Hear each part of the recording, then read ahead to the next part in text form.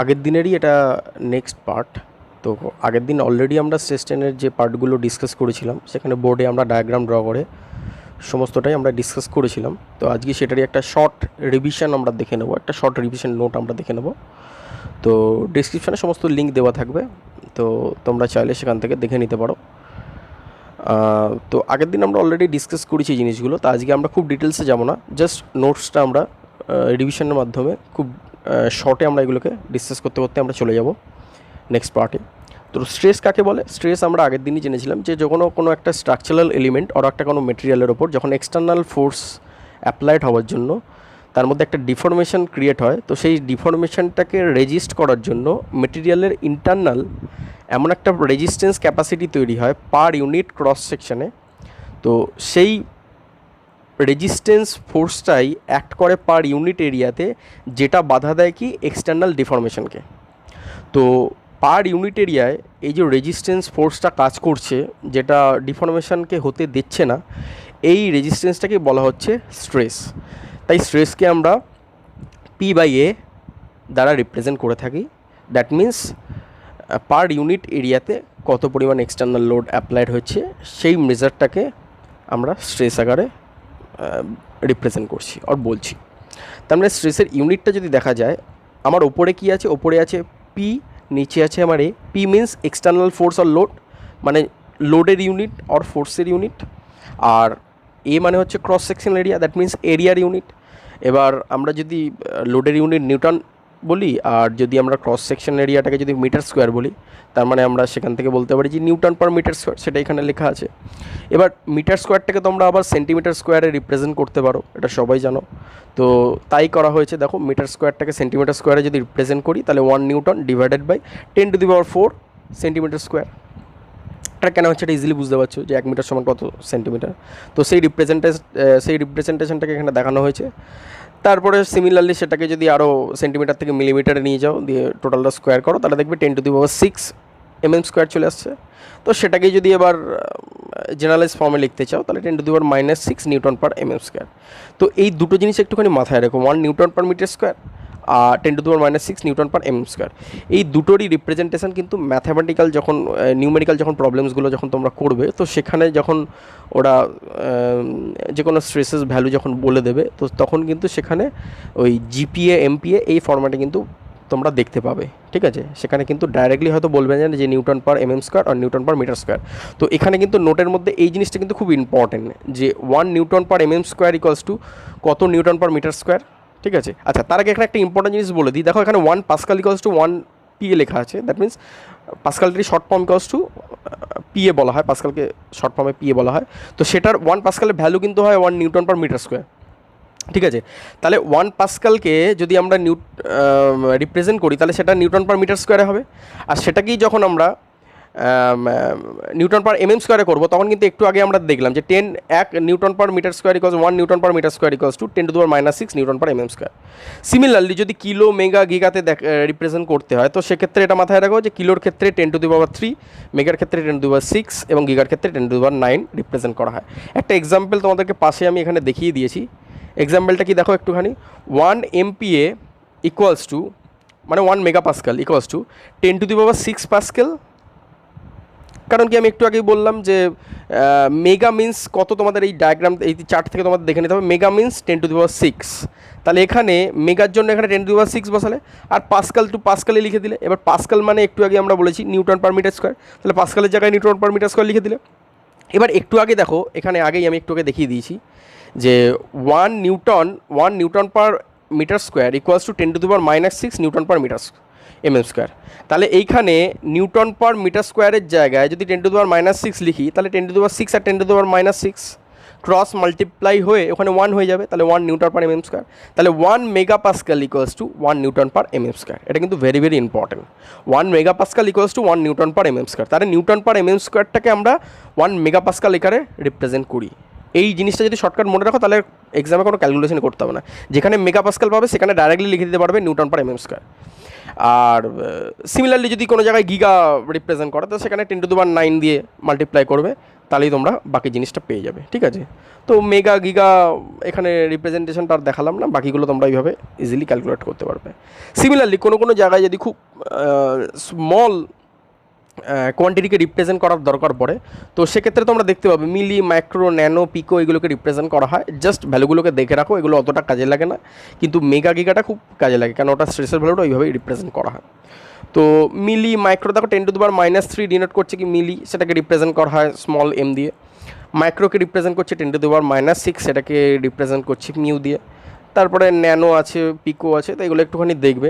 Newton কাকে বলে আমরা ছোটোবেলা থেকে দেখে আসছি, newton is a force acting on a mass of 1 kg and produce an acceleration of 1 m/s²। তার মানে 1 kg ভরের 1 kg ভরের কোনো বস্তুর ওপর, ঠিক আছে, যে যা প্রয়োগ করলে, এরকম বলতে পারো, বা যে পরিমাণ বল প্রয়োগ করলে 1 m/s² ত্বরণ উৎপন্ন হয়, সেটাকে বলা হয় 1 নিউটন। বোঝা গেল? এটা তো এসআই ইউনিট, তোমরা জানো সবাই, তো এটাকে আর বলছি না, ছোটোবেলা থেকে ক্লাস 9-10 থেকে এগুলো দেখে আসছে, এগুলো জানো নিউটনের রিপ্রেজেন্ট। তাও এখানে বলে দিলাম, কারণ এখানে লোডের কনসেপ্টটা খুব কাজে লাগে, কারণ কি যখনই তুমি স্ট্রেস ক্যালকুলেট করবে তখন লোডের ব্যাপারটা তোমাকে জানতে হবে, ইউনিটটা, ঠিক আছে। আচ্ছা, সিমিলারলি এখানে সিজিএসটা অত কাজে লাগে না, কিন্তু তোমরা সিজিএসের ভ্যালুটা কিন্তু মনে রাখতে পারো, যে Dyne/cm², এই ভ্যালুটা কিন্তু স্ট্রেসের কোনো কোনো জায়গায় দিলেও দিতে পারে সিজিএস ভ্যালুটা, কিন্তু সাধারণত আমরা এখানে Nm/m², Nm/mm² রিপ্রেজেন্ট করছি, মানে এসআই ইউনিটটাকে আমরা এখানে রিপ্রেজেন্ট করছি। আচ্ছা, 1 Nm/mm² = 1 MN/m², অলরেডি দেখলাম একটু আগে রিপ্রেজেন্টেশন, সেখান থেকে আমরা এটা বলতে পারি। আচ্ছা, এরপরে যেটা আসবো খুব ইম্পর্টেন্ট জিনিস, যেটা অলরেডি আগের দিন ডিসকাস করেছি, সেটা হচ্ছে স্ট্রেন। স্ট্রেন কি? দেখো, when a body is subjected to some external force, there is some change of dimension of the body. The ratio of change of dimension of the body to the original dimension is known as strain. Strain মানে কি? একটা বডির ওপর যখন external load applied হচ্ছে, তখন কি হচ্ছে, বডিটা একটা সার্টেন ডিফরমেশন দিচ্ছে, মানে তার ইনিশিয়াল লেন্থ যদি এল হয়, আর তার ওপর ফোর্স অ্যাপ্লাইড হওয়ার, টেনসাইল ফোর্স, ধরো টেনসাইল ফোর্স অ্যাপ্লাইড হওয়ার পরে তার লেন্থটা কিছুটা বেড়ে গেছে, বেড়ে যাওয়ার পরে ধরো সেই যতটা লেন্থ বেড়েছে সেটাকে যদি আমি ডেল এল বলি, তাহলে আমার এই ডেল এল বাই এল, মানে যতটা লেন্থে চেঞ্জ হয়েছে সেটা ডিভাইডেড বাই যদি অরিজিনাল লেন্থ করি, এই রেশিওটাকেই বলা হয় স্ট্রেন।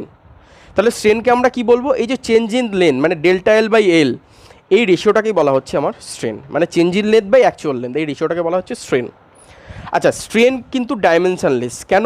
দেখো, del L by L or change in length by actual length, দুটোই তো লেন্থের রেশিও। তো লেন্থের রেশিও মানে তুমি সেন্টিমিটার বাই সেন্টিমিটার বলো, মিলিমিটার বাই মিলিমিটার বলো, অর মিটার বাই মিটার বলো, দুটোর ক্ষেত্রেই কিন্তু আমার লেন্থের ইউনিটগুলো কিন্তু বাদ চলে যাচ্ছে। বোঝা গেল?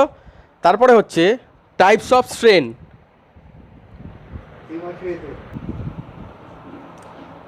আচ্ছা, স্ট্রেন হচ্ছে কিন্তু ডাইমেনশনলেস, ঠিক আছে। কেন ডাইমেনশনলেস? কেন একটু আগে আমরা বললাম যে স্ট্রেনকে আমরা কীভাবে রিপ্রেজেন্ট করি, change in length by actual length. Change in length by actual length, that means ওপরে থাকছে আমার লেন্থের ইউনিট, নিচেও থাকছে আমার লেন্থের ইউনিট। দ্যাট মিন্স ওপরে থাকছে আমার সেন্টিমিটার, নিচে থাকছে সেন্টিমিটার, ওপরে থাকছে মিলিমিটার, নিচে থাকছে millimetre, or metre by metre. তাহলে দেখতে পাচ্ছ যে এলিমিনেট হয়ে যাচ্ছে দুটো লেন্থের ইউনিট, দ্যাট মিন্স এখানে স্ট্রেনটা কিন্তু ডাইমেনশনলেস হয়ে যাচ্ছে। আচ্ছা, কত ধরনের স্ট্রেন আছে যেটা অলরেডি আমরা আগের দিন ডিসকাস করেছি, tensile strain, compressive strain, volumetric strain, shear strain. Tensile strain mean tensile ফোর্সের জন্য যে পরিমাণ লেন্থ ইনক্রিজ হচ্ছে, সেই increasing length divided by original length করলে যে আমরা স্ট্রেনটা পাই, সেটাকে বলতে পারি আমরা টেনসাইল স্ট্রেন, যেটা ছবিতে অলরেডি দেখতে পাচ্ছি, ওখানে আমার দেখানো আছে টেনসাইল। সিমিলারলি টেনসাইল স্ট্রেস যদি আমরা বলি, tensile load per unit cross section area, তো এই রেশিওটাকে আমরা বলতে পারি টেনসাইল স্ট্রেস। আচ্ছা, কম্প্রেসিভ স্ট্রেন আমরা কাকে বলবো, যে দুদিক থেকে যদি আমার একটা যে কোনো রবারের ওপর ধরো দুদিক থেকে আমি ফোর্স অ্যাপ্লাইড করছি, এক্সটার্নাল ফোর্স অ্যাপ্লাইড করছি তার সেন্টারাল অ্যাক্সিস বরাবর, তাহলে দেখলে কী বলবো যে তার যে লঙ্গিটিউডাল ডাইমেনশন সেটা কী হয়ে যাবে, ডিক্রিজ হয়ে যাচ্ছে দুদিক থেকে যখন চাপ দেবো। তো এই ধরনের স্ট্রেনকে আমরা বলবো কম্প্রেসিভ স্ট্রেন, যেখানে কী হচ্ছে আমার লেন্থটা ডিক্রিজ হয়ে যাচ্ছে অরিজিনাল লেন্থের থেকে, তাহলে এই decreasing length by original length, এই যে রেশিওটাকে, সেটাকে বলবো কম্প্রেসিভ স্ট্রেন। আর স্ট্রেনের তো ইউনিট লেস হয়, অলরেডি আমরা বলেছি। আচ্ছা, স্ট্রেনকে আমরা স্মল ই দিয়েও রিপ্রেজেন্ট করতে পারি, এটা একটু আমাদের মাথায় রাখতে হবে। আচ্ছা, সিমিলারলি কম্প্রেসিভ স্ট্রেস আমরা কাকে বলবো, কম্প্রেসিভ স্ট্রেস আমরা তাকেই বলবো কম্প্রেসিভ স্ট্রেস, যে পার ইউনিট এরিয়াতে যে রেজিস্টিং ফোর্স ক্রিয়েট হচ্ছে কম্প্রেসিভ ফোর্সের এগেনস্টে, তো সেটা কি আমরা কি বলবো, কম্প্রেসিভ স্ট্রেস। বোঝা গেল? আচ্ছা, এরপরে যেটা খুব একটা ভেরি ভেরি ইম্পর্টেন্ট টপিক, সেটা হচ্ছে শিয়ার স্ট্রেস। শিয়ার স্ট্রেস কাকে বলে? দেখো, the shear stress induced in a body when subjected to two equal and opposite forces which are acting tangentially across the resisting section, as a result of which the body tends to shear across the section is known as shear stress। মানে ধরো এখানে যদি ছবিটা তোমরা দেখতে পাচ্ছ, এই ছবিটাকে যদি একটুখানি বোঝার চেষ্টা করো, ঠিক আছে? তো এখানে দুটো প্লেট আছে, যে প্লেটটাকে মনে করো এরকম একটা কোনো নাট এবং বোল্ট দিয়ে দুটোকে রিবেট করে রাখা আছে। এইবার দুদিক থেকে যদি ফোর্স অ্যাপ্লাইড হয়, এবার বুঝতে পারছো যে এই মাঝের যে পোর্শনটা, মানে যেখানে নাট আর বোল্টটা আটকে আছে এখানে, তো এই জয়েন্টের পোর্শনটা দুদিক দিয়ে ফোর্স লাগার জন্য কী হচ্ছে, এই যে সারফেস বরাবর কী হচ্ছে, এ ট্যানজেন্সিয়ালি ওখান থেকে ব্রেক করে যাচ্ছে। তো এই ঘটনাটাকেই বলা হচ্ছে shear stress. Actually shear stress কী বলছে, এই যে ফেল যে করে যাচ্ছে, এই ফেল করে যাওয়ার জন্য মেটেরিয়ালটা তো একটা সার্টেন টাইম অবধি রেজিস্ট করবে। তো এই যে রেজিস্ট্যান্স পার ইউনিট এরিয়াতে দিচ্ছে এই শিয়ারে ফেল করার জন্য, তার এগেনস্টে যে রেজিস্ট্যান্সটা ক্রিয়েট করছে, সেটাকেই আমরা বলছি শিয়ার স্ট্রেস। সিমিলারলি শিয়ার স্ট্রেন আমরা কাকে বলি? ধরো একটা এখানে এ বি সি ডি একটা ফিগারকে আমরা এখানে রিপ্রেজেন্ট করেছি, ঠিক আছে? তো এই রিপ্রেজেন্টেশনে একটা জিনিস খেয়াল করো, যে প্রথমে আমার এ বি সি ডি ছিল, তারপরে সেখান থেকে আমাকে এই পি ফোর্স অ্যাপ্লাইডের জন্য, এখানে সি পয়েন্টে পি ফোর্সের জন্য, টেন্সাইল একটা পি ফোর্স অ্যাপ্লাইডের জন্য এই ফিগারটা কী হয়ে যাচ্ছে দেখো, A B C dash B dash, C dash D dash. প্রথমে ছিল এ বি সি ডি, তারপর সেখানে পি ফোর্সের জন্য হয়ে গেল A B C dash D dash. তো এই যে চেঞ্জটা যেটা এলো, এই যে ট্যানজেন্সিয়াল বরাবর যে ডিসপ্লেসমেন্টটা এলো, এই ডিসপ্লেসমেন্টটা আমরা অরিজিনালের যে এডি বাহু, অরিজিনাল যে এডি বাহু, তার রেসপেক্টে আমরা কি বলতে পারি, যে একটা সার্টেন অ্যাঙ্গেলে ডিফ্লেক্ট করে গেছে প্রত্যেকটা বডির প্রত্যেকটা পার্ট। তো যখন যে চেঞ্জটা হয়ে যাচ্ছে, সিয়াস যে চেঞ্জটা হয়ে যাচ্ছে, এই চেঞ্জটা divided by original, that means এখানে যে এই যে ডি ড্যাশ মানে ডিএল যে লেন্থটা আছে, সেটা কি অরিজিনাল যে লেন্থ এডি আর অরিজিনাল যে হাইট এইচ, তার থেকে কতটা রিফ্লেক্ট করেছে, এই যে রেশিওটা, এটা কি বলছি আমরা, শিয়ার স্ট্রেন। ঠিক আছে? তো এটা অলরেডি আগের দিন আমরা ডিসকাস করেছি, আমার আগের প্রথম পার্টের ভিডিওটা তোমরা যদি দেখো, ওখানে ডিটেলসে আমরা ডায়াগ্রাম ড্র করে ওখানে ডিটেলসে আমরা অ্যানালাইসিস করেছি। আজকে জাস্ট এখানে আমরা নোটগুলোকে জাস্ট একবার আমরা দেখিয়ে দিচ্ছি যে কোন কোন জিনিসগুলোকে আমরা মাথায় রাখতে হবে। তাহলে phi equals to shear strain equals to DL by H. ডিএলটা মানে হচ্ছে কতটা আমার এখানে ট্রান্সভার্স ডিসপ্লেসমেন্ট হয়েছে, আর ডিভাইডেড বাই অরিজিনাল লেন্থ। আচ্ছা, এরপরে যেটা আমাদের খুব ইম্পর্ট্যান্ট একটা টপিক আছে, সেটা হচ্ছে আমার ইলাস্টিসিটি। ইলাস্টিসিটি কি? The property by which certain materials return back to their original position after the removal of the external force is called elasticity। মানে একটা মেটেরিয়ালের মধ্যে যখন তুমি এক্সটার্নাল ফোর্স অ্যাপ্লাই করবে, ও একটা কিন্তু সার্টেন টাইম অবধি কী করবে, ওর মধ্যে যে ডিফরমেশনটা এসছে, সেটা ডিফরমেশনটা আবার আগের পজিশনে চলে আসবে। মানে একটা রবার, একটা গার্ডারকে তুমি কনসিডার করো, গার্ডারকে যখন তুমি টেনে ছেড়ে দিচ্ছ, সে কিন্তু আবার আগের পজিশনে চলে আসছে। প্রত্যেকটা মেটেরিয়ালের ইন্টারনাল একটা প্রপার্টি থাকে, সেই প্রপার্টিটা কি, একটা সার্টেন লিমিট অবধি সে যখনই তুমি তার মধ্যে ডিফরমেশন আনার চেষ্টা করবে ডিউ টু এক্সটার্নাল লোড, তো সেই যে ডিফরমেশনটা হচ্ছে, সেই ডিফরমেশনটা আবার আগের পজিশনে ফিরে আসবে। মানে তার যে শেপটা চেঞ্জ হয়ে যাচ্ছে, সেই শেপটা আবার আগের জায়গায় চলে আসবে। তো মেটেরিয়ালের যে এই প্রপার্টিটা পাওয়া যায়, মানে এই যে লোডটাকে সরিয়ে নিলে আবার সে আগের জায়গায় ফিরে আসছে, তার অরিজিনাল ডাইমেনশনে ফিরে আসছে, তো এই প্রপার্টিটাকে বলা হয় ইলাস্টিসিটি। কিন্তু এর একটা লিমিট আছে, একটা সার্টেন লিমিট অবধি এই প্রপার্টিটা কাজ করে, তারপরে গেলে কিন্তু আর পাওয়া যায় না। ঠিক আছে? এখানে কিছু পয়েন্ট দিয়েছি, একটুখানি চাইলে তোমরা পজ করে ভিডিওটাকে পজ করে এখান থেকে একটুখানি দেখতে পারো। If the body regains completely its original shape, then it is called the perfectly elastic body. বুঝা গেল? মানে যখন পুরোপুরি সে আগের জায়গায় ফিরে আসবে, তখন সেটাকে বলবো পারফেক্টলি ইলাস্টিক বডি। আর যখন পুরোপুরি সেই জায়গা থেকে মানে আর ফিরে আসতে পারছে না, পুরোপুরি মানে টানার জন্য, মানে কোনো একটা এক্সটার্নাল বলের জন্য তার ডিফরমেশনটা পারমানেন্ট হয়ে গেছে, তখন সেটাকে আমরা বলবো পারমানেন্ট ডিফরমেশন আমরা বলতে পারি। তো এখানটা একটু করে পজ করে তোমরা চাইলে ভিডিওটাকে এখানে পজ করে জায়গাটা একটু করে পড়ে নিতে পারো, কনসেপ্টটা ক্লিয়ার হয়ে যাবে জায়গাটা। এরপরে যেটা আমাদের আমরা ডিপ্লোমা থেকে বলো বা আইডিয়া বলো, যে কোনো আমরা বেসিক জায়গা, বা আমরা ক্লাস 11-12 আমরা যে জায়গাগুলো দেখেছি, যে হুকস ল, খুব ভেরি ভেরি ইম্পর্টেন্ট এটা। তো এই চ্যাপ্টারটা কিন্তু সব জায়গাতেই, পার্টিকুলারলি এই লটা কিন্তু সব জায়গাতেই খুব ইম্পর্টেন্ট। ঠিক আছে? সেটা তুমি 12 বলো, ডিপ্লোমা বলো, যে কোনো কোর্স তুমি টেকনিক্যাল কোর্স করবে, তো এখানে হুকস লটা যখন সলিড স্টেটের তুমি যখন প্রপার্টিগুলো জানবে, তখন হুকস লটা কিন্তু খুব ইম্পর্টেন্ট। হুকস ল কী বলছে? হুকস ল বলছে যে স্ট্রেস আর স্ট্রেন এটা একটা প্রপোর্শনাল লিমিটের মধ্যে থাকে। মানে কি, একটা সার্টেন লিমিটের মধ্যে স্ট্রেস আর স্ট্রেন দুটোই একটা সিমিলারিটি রেশিও মেনটেন করে চলে। That means within elastic limit the ratio of the stress corresponding to the strain is constant. বুঝতেই পারছো যে আমরা ভেদ দিবকের চ্যাপ্টার যদি পড়ে থাকি, স্ট্রেস প্রপোর্শনাল যদি স্ট্রেন হয় তাহলে তার রেশিওটা অবভিয়াসলি একটা কনস্ট্যান্ট হবে। এবার সেটা থেকেই এই জায়গাটা সবসময় মাথায় রাখবে যে স্ট্রেস প্রপোর্শনাল যদি স্ট্রেন হয় তাহলে যখনই আমি প্রপোর্শনাল সাইনটা তুলবো, প্রপোর্শনালিটি সাইনটা যখন তুলবো তখন একটা ইকুয়াল টু সাইন আসবে, ইকুয়াল টু সাইন যখন আসবে তখন একটা কনস্ট্যান্ট আসবে। সেই কনস্ট্যান্টটাকে এখানে বলা হয় ইয়ং মডুলাস। তাহলে ইয়ং মডুলাস ইকুয়ালস টু কী বলতে পারি আমরা? Stress by strain. বোঝা গেল? তাই ইয়ং মডুলাসকে সবসময় আমরা ক্যাপিটাল ই দিয়ে রিপ্রেজেন্ট করি। তো এটা কিন্তু একটুখানি মাথায় রেখো, ক্যাপিটাল ই দিয়ে আমরা ইয়ং মডুলাসকে রিপ্রেজেন্ট করছি। আর এখানে মনে রাখবে স্ট্রেস স্ট্রেন আর ইয়ং মডুলাস এই তিনের মধ্যে রিলেশনশিপটা কী। এরপরে আমাদের ইঞ্জিনিয়ারিং স্ট্রেস স্ট্রেন কার্ভ আছে, এটা তোমরা মোটামুটি জানো এখানে যে ও থেকে মোটামুটি ধরো এ অবধি যেটা সেটা স্ট্রেট লাইন হবে, ঠিক আছে। ও থেকে বি অবধি যেটা হবে সেটা ইলাস্টিক রিজিয়ান, ঠিক আছে। বি থেকে সি অবধি যেটা পাবে সেটা মোটামুটি ধরো দেখো পুরোপুরি ইলাস্টিকও পাবে না, পুরোপুরি আবার প্লাস্টিকও পাবে না, ইলাস্টো প্লাস্টিক একটা রিজিয়ান পাবে। আর সিডি যে পোর্শনটা থাকছে সেটাকে তুমি বলতে পারো পারফেক্টলি প্লাস্টিক রিজিয়ান। আর ই পয়েন্ট হচ্ছে ম্যাক্সিমাম পয়েন্ট, তারপরে হয়ে যাচ্ছে ব্রেক করে যাচ্ছি, এরপরে এফের পর থেকে ব্রেক করে যাচ্ছে পুরোপুরি, ঠিক আছে। এফে ফ্র্যাকচার পয়েন্ট বলতে পারো, ঠিক আছে। তো এই যে এ থেকে জিরো থেকে এ বা এ থেকে বি, এই যে একটা সার্টেন প্রপোর্শনালিটি এখানে খেয়াল করতে পারছি যে জিরো থেকে ই ওয়াই অবধি আর এখান থেকে জিরো থেকে সিগমা ওয়াই অবধি মানে ইএল পয়েন্ট অবধি,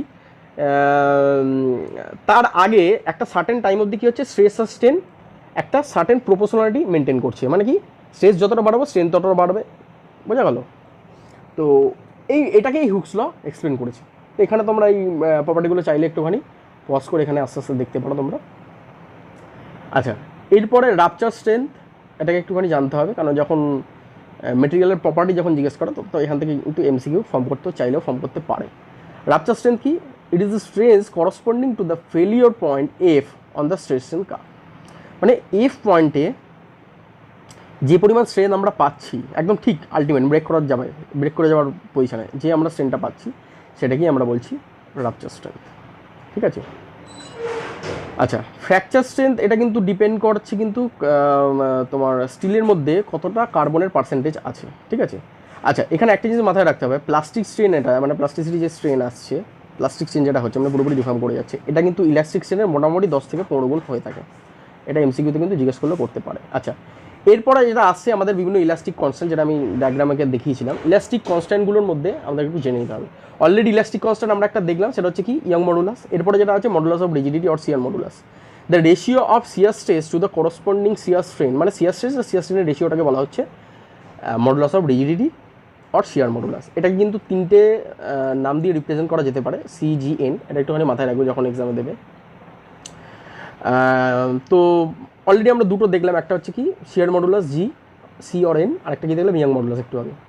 এছাড়াও বাল্ক মডুলাস আমাদেরকে জানতে হবে, আর ভলিউমেট্রিক স্ট্রেন আমাদেরকে জানতে হবে, সেখান থেকে কম্প্রেসিবিলিটি আমাদেরকে জানতে হবে। তো তার আগে আমরা যেটা বলবো ফ্যাক্টর অফ সেফটির একটুখানি দেখে নেবো। ফ্যাক্টর অফ সেফটি হচ্ছে ultimate stress divided by working stress. মানে একটা সার্টেন স্ট্রেস আলটিমেট অবধি, মানে একটা মেটেরিয়ালের উপর যখন লোড অ্যাপ্লাই করবো সে একটা আলটিমেট লিমিট অবধি মেটেরিয়ালটা কী করবে, রেজিস্ট করবে, কিন্তু তারপরে কিন্তু করতে পারবে না। তো আমরা তাই করি, কী করি, সেফটির জন্য কী করি, যে আলটিমেট যতটা স্ট্রেস নিতে পারে কোনো একটা পার্টিকুলার মেটেরিয়াল তার থেকে কিছুটা কম লোড অ্যাপ্লাই করি, দ্যাট মিনস সে যেন কম স্ট্রেস নিতে পারে। তো এই একটা আলটিমেট ভ্যালু আর একটা আমরা যেটাতে কাজ করছি, তো এই দুটো রেশিওটাকে বলা হয় ফ্যাক্টর অফ সেফটি। এটা ম্যাক্সিমাম সিভিল ইঞ্জিনিয়ারিং স্ট্রাকচারে ব্যবহার করা হয়, কারণ কি আমার যে পরিমাণ লোড নিতে পারে সবসময় তো আমরা সেটাকে দেবো না, তারা কি ফেলিওর করার সম্ভাবনা আমার অনেক বেশি থেকে থাকে, সেটা ব্রিজ বলো বা যে কোনো রোড বলো বা যে কোনো বিল্ডিং বলো। তো আমার সাপোজ এক্সাম্পল, মানে আমার ধরো কোনো একটা particular material 10 kilonewton load resist করতে পারে, তো আমি সেখানে চাইবো না যে পুরো একদম 10 কি 9.9 এরকম করা, আমরা সবসময় চেষ্টা করবো তার কিছুটা কম রাখার। তো এই যে আলটিমেট ভ্যালু থেকে আর আমরা যেটাতে কাজ করছি সেটা যে কিছুটা কম, এই দুটো রেশিওটাকে বলা হয় ফ্যাক্টর অফ সেফটি। আমরা সেফটি পারপাসে কী করি, যতটা নিতে পারে আলটিমেট তার থেকে কিছুটা কম ভ্যালুতে আমরা সবসময় কাজ করি। এটা সাধারণত যে কোনো মেকানিক্যাল বলো সিভিল ইঞ্জিনিয়ারিং যে কোনো স্ট্রাকচারে যখন ডিজাইন করা হয় তখন এই ফ্যাক্টর অফ সেফটিটাকে মেনটেন করা হয়। এরপর আমরা দেখবো বাল্ক মডুলাস। এটা সাধারণত যখন হাইড্রোস্ট্যাটিক ফোর্সের আন্ডারে কোনো একটা পার্টিকুলার আমরা স্ট্রাকচারাল এলিমেন্টকে রাখবো, তো সেখানে আমরা যে স্ট্রেনটা দেখতে পারবো, ঠিক আছে, তো সেটাকে বলবো আমরা ভলিউমেট্রিক স্ট্রেন। ভলিউমেট্রিক স্ট্রেন মানে কি চেঞ্জ ইন ভলিউম বা অ্যাকচুয়াল ভলিউম।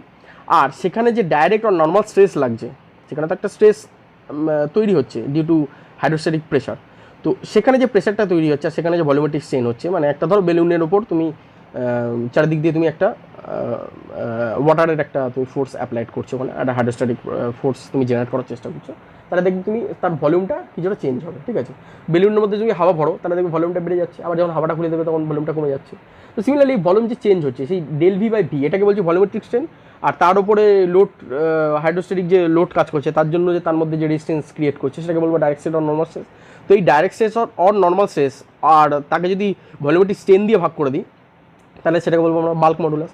আচ্ছা, এখানে একটা জিনিস চেষ্টা করো, ভলিউমেট্রিক স্ট্রেন মানে কিন্তু একটা স্ট্রেনের কিন্তু ইউনিট লেস, তার মানে এখানে কিন্তু নর্মাল যে স্ট্রেসের ইউনিট সেটা কিন্তু বাল্ক মডুলাসের ইউনিট, ঠিক আছে। এটা কিন্তু দেখো বাল্ক মডুলাস আমরা জানলাম, এর আগে জানলাম রিজিডিটি মডুলাস, তার আগে জানলাম ইয়ং মডুলাস, তিনটে কিন্তু অলরেডি আমরা ইলাস্টিক কনস্ট্যান্ট জেনে ফেললাম। এগুলো থেকে কিন্তু কোশ্চেন আসবে, একটু পরেই বলছি আমরা কীরকম ধরনের কোশ্চেন আসবে। তারপরে ভলিউমেট্রিক স্ট্রেন দেখো, আমি এখানে যেটাকে বললাম যে change in length, change in volume by original volume, যেমন by change in length by actual length আমরা করেছিলাম, স্ট্রেন পেয়েছিলাম শুধু লংগিটিউডাল স্ট্রেন। সেরকমভাবে change in volume by original volume করলে আমরা যেটা পাবো সেটা হচ্ছে আমার volumetric strain. Volumetric strain unitless, বোঝাই গেল। আচ্ছা, কম্প্রেসিবিলিটি কাকে বলে? তো বাল্ক মডুলাসের রেসিপ্রোকালকে আমরা বলবো কম্প্রেসিবিলিটি। এটা একটু দেখতে পারো, যদি জিজ্ঞেস করো, অনেক সময় জিজ্ঞেস করো ওয়াটারের কম্প্রেসিবিলিটি কাকে বলে, শুধু এখানে যদিও বা জিজ্ঞেস করবে না জিলেটে, তার থেকে অনেক বেটার কোশ্চেন আছে, যাই হোক। তো এখানে যেটা ভেরি ভেরি ইম্পর্টেন্ট যেটা সেটা হচ্ছে এই সেকশনটা, relationship among the elastic constant. আগের দিনে আমরা অলরেডি ডিসকাস করেছি, আজকেও বলছি, এটা কিন্তু ভেরি ভেরি ইম্পর্টেন্ট। এই যে চারটে এখানে রিলেশনশিপ দেখিয়েছি, এখান থেকে কিন্তু কোশ্চেন প্রত্যেক বছরই, তোমরা যদি প্রিভিয়াস ইয়ার্সের কোশ্চেনগুলো দেখো, এখান থেকে কিন্তু প্রত্যেক বছরই কিন্তু একটা করে কিন্তু কোশ্চেন তোলে। এই চারটে সম্পর্ক থেকে কিন্তু একটা এমসিকিউ তুলবে, ঠিক আছে, এটা একটুখানি দেখবে। আচ্ছা, এরপর দেখো স্ট্রেনকে আমরা দুটো ভাগে ভাগ করেছি, একটা লংগিটিউডাল স্ট্রেন, একটা ল্যাটারাল স্ট্রেন। হ্যাঁ, এটাকে নিয়ে অতটা ভাবার কিছু নেই, মানে একটা লংগিটিউডাল বরাবর, মানে যেদিকে আমি টানছি সেই দিক বরাবর যখন আমার স্ট্রেনটা হচ্ছে সেটাকে বলবো লংগিটিউডাল স্ট্রেন। আর ল্যাটারাল স্ট্রেন কি, যেদিক বরাবর লোড অ্যাপ্লাইড হচ্ছে তার ঠিক পারপেন্ডিকুলার ডিরেকশনে, মানে একটা রবারকে তুমি টানছো তো ক্রস সেকশনটা কী হচ্ছে, তার কমে যাচ্ছে আর লেন্থটা কি বেড়ে যাচ্ছে, তো লেন্থটা বেড়ে যাওয়াটাকে বলছি লংগিটিউডাল স্ট্রেন, আর যে ক্রস সেকশনটা কমে যাচ্ছে সেটাকে বলছি আমি ল্যাটারাল স্ট্রেন, ঠিক আছে। তো সেগুলো একটুখানি দেখবে, এখানে নোট আছে, তোমরা এখানে ফলো করতে পারো। আচ্ছা, এরপরে স্ট্রেস স্ট্রেন যে টু ডাইমেনশনাল যে সিস্টেম সেটাকে একটুখানি রিপ্রেজেন্ট করার চেষ্টা করেছি, এখানে একটুখানি দেখে নেবে, অলরেডি আগের দিন এগুলো বোঝানো আছে, এগুলোকে আমরা বলবো না। ট্রাইঅ্যাক্সিয়াল সিস্টেম অলরেডি আমরা বলেছি, এখানে যেটা ইম্পর্টেন্ট সেটা একটুখানি বলে দিই। দেখো যখন এক্স ডিরেকশান, এখানে দেখো এক্স ডিরেকশানে সিগমা 1 আছে আর ওয়াই ডিরেকশানে সিগমা 2 আছে। তো এক্স ডিরেকশানে যখন আমরা স্ট্রেন বার করব তখন এক্স ডিরেকশানের স্ট্রেন ডিভাইডেড বাই ওয়াই ডিরেকশানের স্ট্রেন, মানে একটা রবারকে যখন এক্স ডিরেকশান বরাবর টানছো at the same time Y direction বরাবর তোমার এক্স ডিরেকশান যখন টানছো তখন এক্স ডিরেকশান তোমার লেন্থে বাড়ছে কিন্তু ওয়াই ডিরেকশানে তোমার লেন্থে কমছে, ঠিক আছে।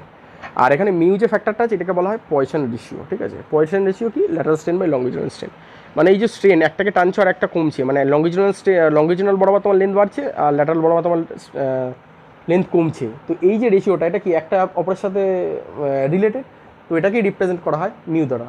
মিউ মানে হচ্ছে পয়সন রেশিও। সিমিলারলি যখন তিনটে দিকে যখন লোড কাজ করবে, একটা অ্যাক্সেল সিস্টেম কাজ করবে, তখন সিমিলারলি এক্স ডিরেকশানে একটা স্ট্রেন হবে, ওয়াই ডিরেকশানে একটা স্ট্রেন হবে, জেড ডিরেকশানে একটা স্ট্রেন হবে। তাহলে যখন এক্স ডিরেকশানে বার করবে তখন বাকি দুটো অ্যাক্সিসের জন্য আমাকে বিহেভ করতে হবে, বোঝা গেল। আর এখানে মিউ ফ্যাক্টরটা মাল্টিপ্লাই কেন হচ্ছে, কারণ কি mu equals to lateral strain by longitudinal strain, বোঝা গেল। আচ্ছা, এরপরে যেটা ইম্পর্টেন্ট এখান থেকে ভলিউমেট্রিক স্ট্রেনের খুব করে, যেটা অ্যাক্সেল লোডিংয়ের ক্ষেত্রে ভলিউমেট্রিক স্ট্রেনের ভ্যালু কত হয়, del L by L into 1 - 2 এখান থেকে এমসিকিউ তৈরি করে বা কোনো ক্ষেত্রে কোশ্চেনে জিজ্ঞেস করে ডাইরেক্টলি, ঠিক আছে। যেমন প্যারালেলো পাইপের ভলিউমেট্রিক স্ট্রেনের ভ্যালু কত হয়, তো সেখান থেকে EV equals to 1/E sigma 1 + sigma 2 + sigma, মানে তিনটে ডিরেকশানে যে স্ট্রেস কাজ করছে সেটা 1 - 2 মিউ মানে তো আমি একটু আগেই বললাম যে পয়সন রেশিওটাকে রিপ্রেজেন্ট করছি মিউটা। আচ্ছা, সিমিলারলি যদি কোনো হাইড্রোস্ট্যাটিক লোডিংয়ের আন্ডারে, মানে ধরো চারদিক দিয়ে সমান লোড আছে, তার মানে sigma 1 sigma 2 sigma 3 equals to sigma হয়ে যাবে, আর চারদিক থেকে ইকুয়াল আমার স্ট্রেস কাজ করছে, তাহলে সেখানে আমি এখানের জায়গায় সিগমা 1 সিগমা 2 সিগমা 3 জায়গায় sigma plus sigma plus sigma করলে 3 সিগমা হয়ে যাবে, divide by E into 1 - 2 mu, ঠিক আছে। এটাকে রিপ্রেজেন্ট করলে ইজিলি বলা যাবে। আচ্ছা, এরপরে যেটা আসছে সেটা আসছে যে আমাদের ইলংগেশনকে কী রিপ্রেজেন্ট করবে, PL বাই AE। পি মানে হচ্ছে আমার অ্যাপ্লাইড লোড, এল মানে হচ্ছে আমার লেন্থ অফ দ্য বার বাজিলে length of the structural element, A মানে হচ্ছে ক্রস সেকশনারি, ই মানে হচ্ছে ইয়াং মডেল, যেটা হুকস ল থেকে আমরা পেয়েছি। সিমিলারলি যদি লেন্থ আলাদা হয় ক্রস সেকশন আলাদা হয়, তার ক্ষেত্রে এই ফর্মুলাটা তৈরি হবে। সিমিলারলি যদি কোনো ট্যাপার্ড বডি হয়, ট্যাপার্ড বডি মানে একদিকটা ছোটো একদিকটা বড়, তো তার ক্ষেত্রে ডাইমেনশন আলাদা হবে, তার জন্য এই ফর্মুলাটা কি করে মাথায় রাখতে পারে এখানে ডাইরেক্ট জিজ্ঞেস করতে পারে। সেরকম ট্যাপার্ড বডি এখানে তো দেখলে তোমার একটা কনিক্যাল সেকশন, সেরকম যদি এখানে রেক্ট্যাঙ্গুলার কোনো ট্যাপার্ড বডি হয় তার ক্ষেত্রে ফর্মুলা দেখো del equals to PL log V B2 by B1 into E into T into B2 minus B1। Theta হচ্ছে থিকনেস আর B2 B1 ছবিতে এখানে রিপ্রেজেন্ট করাই আছে, পরিষ্কার বুঝতে পারছো। এখানে যেটা খুব ভেরি ভেরি ইম্পর্ট্যান্ট, এখান থেকে অনেক সময় এমসিকিউ ফর্ম করে যে অ্যাক্সিয়াল রিজিডিটি কাকে বলে, ফ্লেক্সারাল স্টিফনেস কাকে বলে, ফ্লেক্সারাল রিজিডিটি কাকে বলে, ঠিক আছে, তারপরে ইয়ং মডুলাস কাকে বলে, ক্রস সেকশনের এরিয়া অফ দ্য বার কী। তো এই জায়গাগুলো থেকে এখান থেকে তোমার মেনলি যেটা জিজ্ঞেস করবে এই মানে কি বুঝতে যায়, A ইন্টু ই মানে cross section area into young modulus গুণ করলে যেটা পাই সেই টার্মটাকে কী বলা হয়, অ্যাক্সিয়াল রিজিডিটি বলা হয় না ফ্লেক্সারাল স্টিফনেস বলা হয় না অ্যাক্সিয়াল স্টিফনেস বলা হয়, ঠিক আছে, না ফ্লেক্সারাল রিজিডিটি বলা হয়। এই টার্মগুলো একটুখানি জানতে হবে যে এর সাথে আই মাল্টিপ্লাই করলে যে টার্মটা পাই সেটাকে বলা হয় ফ্লেক্সারাল রিজিডিটি, ঠিক আছে। EI/L করলে যেটা পাই সেটা হচ্ছে ফ্লেক্সারাল স্টিফনেস। তো এই জায়গাতে কিন্তু এমসিকিউ ফর্ম করতে পারে যে flexural stiffness is given by EI/L, হ্যাঁ EIL এরকমভাবে আমাকে জিজ্ঞেস করতে পারে। তো সেই জায়গাগুলো থেকে আমাদেরকে কিন্তু এই জায়গাগুলোকে অ্যাওয়ার্ড থাকতে হবে। সিমিলারলি ইকুইভ্যালেন্ট ইয়ং মডুলাস যদি বার করতে হয়, দুটো ধরো আলাদা আলাদা মেটেরিয়ালে দুটোকে কম্বাইন করে একটা কম্পোজিট বার তৈরি করা হয়েছে, তার ক্ষেত্রে যদি আমাকে ইকুইভ্যালেন্ট ইয়ং মডুলাস বার করতে হয় তার ক্ষেত্রে ফর্মুলা কি A1 E1 plus A2 E2 মানে দুটো আলাদা আলাদা এরিয়া এবং তাদের যে আলাদা আলাদা ইয়ং মডুলাস তাদের গুণফলের যোগফল ডিভাইডেড বাই টোটাল এরিয়া কোনে পেয়ে যাবো। আচ্ছা, কাস্ট আয়রন আর স্টিলের মধ্যে ইয়ং মডুলাসের সম্পর্কে, অ্যালুমিনিয়াম আর স্টিলের মধ্যে ইয়ং মডুলাস সম্পর্কে, এগুলো কিন্তু জিজ্ঞেস করতে পারে। এরপরে যেটা কি deflection due to self weight, মানে ধরো একটা পাখা ছাদ থেকে ঝুলছে, তো তার সেলফ ওয়েটের জন্য তার মধ্যে যতটা ইলংগেশন আসবে বা ডিফরমেশন আসবে সেটাকে কীভাবে রিপ্রেজেন্ট করবে, ডেল্টা ইকুয়ালস টু WL/2A, ঠিক আছে। সিমিলারলি তোমার যেখানে এখানে ডাব্লুর জায়গায় তোমরা সেটা যদি আমরা ডেন্সিটি দিয়ে রিপ্রেজেন্ট করি তো তার ক্ষেত্রে রো L²/2E চলে আসবে, ঠিক আছে। এরপরে ভলিউমেট্রিক সেল, এটাকে একটু ভালোভাবে দেখতে হবে। ভলিউমেট্রিক সেল মানে কিছুই না, ধরো একটা কোনো সিলিন্ড্রিকাল বার আছে, সেটাকে তোমরা লোড অ্যাপ্লাইড করছো, তার ডায়ামিটার ধরো D আছে, তো তার ক্ষেত্রে আমার যদি ভলিউমেট্রিক সেল বার করতে হয় কী হবে, লংগিচুডাল স্ট্রেন মানে লংগিচুডাল অ্যাক্সিস বরাবর যে স্ট্রেন হচ্ছে প্লাস 2 ইন্টু ডায়ামেট্রিক্যাল স্ট্রেন, বুঝতে পারো, বা ডায়ামেট্রিক স্ট্রেন, এই জিনিসটা মনে রাখবে। সেরকমভাবে যদি একটা স্পিয়ারের বার করতে হয় সেখানে 3 ইন্টু ডায়ামেট্রিক্যাল স্ট্রেন হয়ে যাবে ডাইরেক্টলি, ঠিক আছে। আচ্ছা, এখান থেকে 2-3 বছর কিছু কোশ্চেন এসছে যে ইন্ডিপেন্ডেন্ট ইলাস্টিক কনস্ট্যান্ট কতগুলো হয়, কোন ধরনের material, homogeneous and isotropic. Homogeneous মানে প্রত্যেকটা মেটেরিয়ালের সমস্ত ক্রস সেকশনে তার প্রপার্টিটা সেম থাকবে, আইসোট্রপিক মানে সমস্ত ডিরেকশানে এক থাকবে। সিমিলারলি অর্থোট্রপিক আর অ্যানাইসোট্রপিকের ক্ষেত্রে কতগুলো ইন্ডিপেন্ডেন্ট ইলাস্টিক কনস্ট্যান্ট থাকে সেগুলো একটু মনে রাখবে। এই এতক্ষণ যে আমরা ইলাস্টিক কনস্ট্যান্টগুলো দেখছিলাম, তো সেরকম হোমোজিনিয়াসের ক্ষেত্রে কতগুলো ইন্ডিপেন্ডেন্ট ইলাস্টিক কনস্ট্যান্ট থাকে, টপিকের ক্ষেত্রে কতগুলো থাকে, আর অ্যানাইসোট্রপিকের ক্ষেত্রে কতগুলো থাকে, সেগুলো একটুখানি দেখবে। এরপরে থার্মাল স্ট্রেস, থার্মাল স্ট্রেন এখান থেকে খুব এমসিকিউ আসে, তৈরি হয়। তো থার্মাল স্ট্রেসটা একটুখানি দেখবে, সিগমা টি দ্বারা রিপ্রেজেন্ট করা E∝ আলফা হচ্ছে এখানে কোএফিসিয়েন্ট অফ থার্মাল এক্সপানশন, যেটা অলরেডি জানো। তো সিমিলারলি থার্মাল স্ট্রেন কী হয়, α/T মানে এখানে টেম্পারেচার চেঞ্জ, বুঝতেই পারছো, আর ডেল মানে হচ্ছে চেঞ্জ ইন লেন্থ, বোঝাচ্ছে রিপ্রেজেন্ট করছে। এই তিনটে ফর্মুলা একটুখানি মাথায় রাখতে হবে, তাহলে করা যাবে। আচ্ছা, এরপরে যেটা দেখতে হবে প্রুভ রেজিলিয়েন্স, σ²/2 ইন্টু ভলিউম, ঠিক আছে। প্রুভ রেজিলিয়েন্স মানে স্ট্রেন এনার্জি, মানে যে ম্যাক্সিমাম এনার্জিটা স্টোর করে রাখছে কোনো একটা বডি, সেটাকে আমরা বলছি প্রুভ রেজিলিয়েন্স, ঠিক আছে, যেটা τ²/2E ইন্টু ভলিউম মাল্টিপ্লাই করলে আমরা পাই। এখান থেকে জাস্ট ফর্মুলাগুলো একটুখানি জিজ্ঞেস করলে আসতে পারে। তারপর এখান থেকে কিছু কিছু এমসিকিউ ফর্ম করে এখান থেকে, সেটা হচ্ছে ম্যাক্সিমাম স্ট্রেস কোন ক্ষেত্রে, কিসের ম্যাক্সিমাম স্ট্রেস ভ্যালু হয়, যখন কোনো একটা লোড আস্তে আস্তে আস্তে মানে গ্র্যাজুয়ালি যখন ইনক্রিজ করা হয় তার ক্ষেত্রে আমার কী ভ্যালু আছে, P/A। যদি আমার সাডেনলি কোনো পি লোড অ্যাপ্লাইড হয় তার ক্ষেত্রে সিগমার ভ্যালু মানে স্ট্রেসের ম্যাক্সিমাম স্ট্রেসের ভ্যালু কী হয়ে যাবে, 2 ইন্টু P/A। আর যদি কোনো একটা সার্টেন হাইট থেকে কোনো একটা ইম্প্যাক্ট লোড পড়ে কোনো একটা মেটেরিয়ালের ওপর, তো তার ক্ষেত্রে কী হবে, এই তিনটে কন্ডিশন একটুখানি দেখে রাখবে, ঠিক আছে। তো ভিডিওটা যদি ভালো লাগে অবশ্যই তোমরা লাইক, শেয়ার এবং সাবস্ক্রাইব করবে চ্যানেলটাকে, এবং পরবর্তী পার্টের জন্য অবশ্যই তোমরা কমেন্টে জানিও।